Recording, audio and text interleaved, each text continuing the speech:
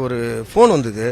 இந்த மாதிரி அம்மோனியா வந்து வெடிக்கிற கண்டிஷன் இருக்கு அப்படின்னு சொல்லிட்டு தகவல் வந்து நாங்கள் வந்து அந்த அளவுக்கு எடுத்துக்கல. சும்மா ஒரு வகத்தியாச கிண்டலுக்கு சொல்றாங்க அப்படின்ட்டு. ரெண்டாவது ஃபோன் வர்றப்போ உறுதியாகி போச்சு. அந்த நம்ம எம்ஆர்எஃப் கேவி குப்பம் எதிர வர்றப்போ டோரை திறந்தோம். எங்களால் மூச்சு திணறு அவங்கள உடனே நம்ம வீட்டுக்கு ஃபோனை போட்டு இந்த மாதிரி எல்லாமே ஜன்னல்கள் எல்லாமே சாத்திருங்க. தகவல் சொல்றது வந்து ஊர், ஏன்னா எல்லாம் தூங்கிட்டு இருக்கிற கண்டிஷனில் இருக்கிறாங்க. அதனால வந்து தகவலை சொல்லிடுங்க. இந்த மாதிரி பெரிய அந்த கோரமண்டல் கம்பெனியிலேருந்து அந்த அம்மோனியா வந்து லீக் ஆகுது அப்படின்னு சொல்லிட்டு அதுக்குள்ளே வர்றதுக்குள்ளே நாங்கள் வந்து ஒரு எர்ணாவூர் குப்பத்துக்கு தாண்டிட்டோம். அதுக்குள்ளே ஒரு 50 பேர் வந்து அங்கே எர்ணாவூர் குப்பத்திலே வண்டி போடாதீங்க, இப்படியே திரும்புவோம், எல்லாம் மைக்கடிச்சு விழுங்குறாங்க அப்படின்னாங்க. இல்லை நாங்கள் போயிட்டு இருக்கிற அந்த நாங்கள் 8 ஊர் தலைவர் எங்களோட போனோம். நாங்கள் சார்பாக அவரோட காரில் நாங்கள் இங்கே வந்து ஒரு 50 பேரை வந்து அவரோட எங்கள் தலைவர் குமரவேல் அவர் பேர், அவர் வந்து அவரோட காரில் வந்து ஒரு 50 பேர்கிட்ட வந்து உடனே அவரோட குடும்பத்தை கூட பார்க்காம எங்கள் ஊர் பிள்ளைகளை வந்து எல்லாருமே அவர் வந்து ஒரு ரொம்ப தூரமாக இட்டுன்னு போய் விட்டார். அம்மோனியா, இந்த யூரியா இதெல்லாம் வந்து மனுஷனுக்கு வந்து ஒத்துக்காத ஒரு இது ரொம்ப டேஞ்சரான கம்பெனி சார். இது நாங்களாம் எவ்வளவோ சொல்லியிருப்போம், அதை வந்து யாருமே வந்து இது பண்ணவே மாட்டுறாங்க.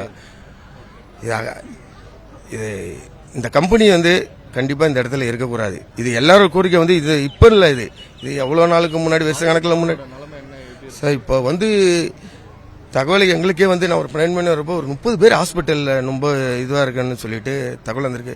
இப்போ அதுக்கே 8 வருஷாவே எல்லாருமே வந்து ஊர் பிள்ளைங்க ஹாஸ்பிட்டலில் போய் பார்க்கணும்னு சொல்லியிருக்கு. ஒரு 30 பேருக்கு இந்த மாதிரி ஆயிருக்கு.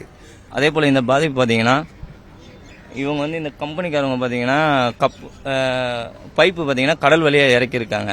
இறக்குறப்ப பார்த்தீங்கன்னா அந்த பைப் வந்து இந்த இடத்துல வந்து எந்த ஒரு சேஃப்டிக்கும் இல்லாமல் இருக்கு. ஏன்னா நீட்டாக கல் கொட்டியிருக்காங்க.